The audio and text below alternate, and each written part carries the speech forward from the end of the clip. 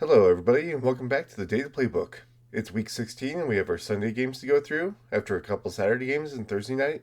And there's no major updates to the tool, but I do expect to get to more over the next couple weeks. So if you want to see what updates come out, go ahead and give a subscribe so you can follow along. But other than that, let's get into our game data. For your last afternoon matchup, you have Las Vegas going to Houston, where Houston is favored on the money line with a spread of 14.5 and a total line of 37.5.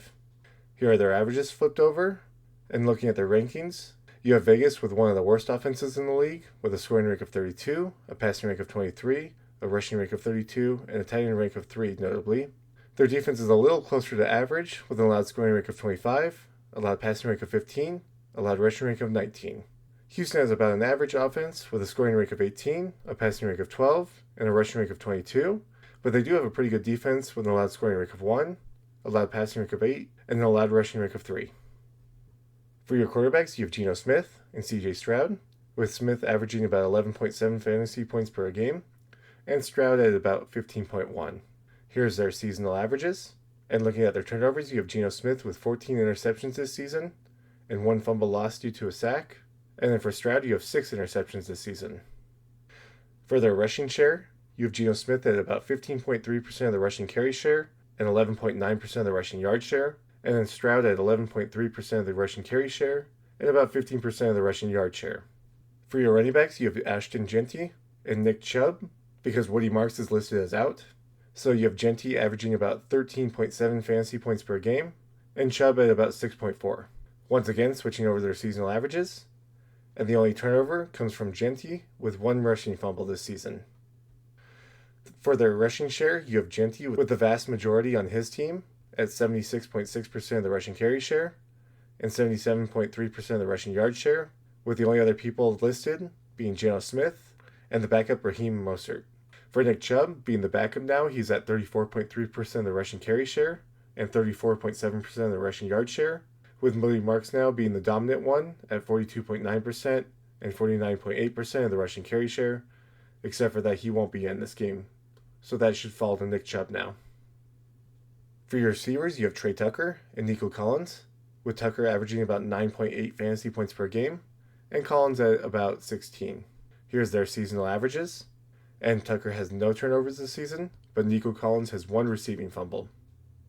For their share, you have Trey Tucker at 21.7% of the target share and 25.6% of the receiving yard share, which doesn't quite make him the largest receiver on the team, but pretty close, and puts him in second place.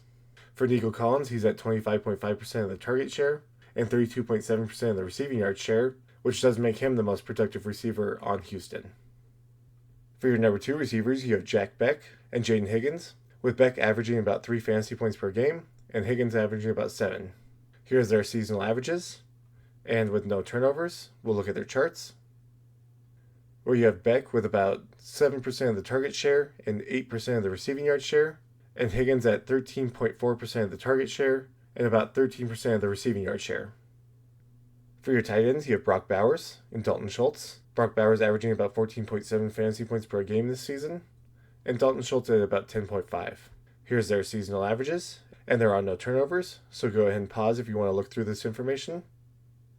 But moving into their share, you have Brock Bowers at 23.4% of the target share and 28.8% of the receiving yard share, making him the most productive receiver on the team. And then you have Dalton Schultz at 22.2% of the target share and 21.3% of the receiving yard share, making him the second most productive receiver on Houston. And that wraps up all the data for this game. I think it pretty strongly points to Houston for this game, as the money line enforces that, with this offense about average against this about average defense, so that should stack up pretty well for Houston, especially with a better scoring rank here against this allowed scoring rank. And then defensively, I don't think that the Raiders can do very much, especially being the worst team in the league at rushing and the worst team in the league at scoring against the team that's best at preventing teams from scoring. So with all of that, I definitely think this leans towards Houston, as the numbers enforce that, but sometimes you never know what might happen in the NFL.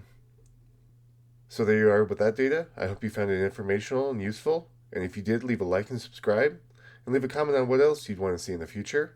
But other than that, thank you so much for watching, and I'll see you for the next game.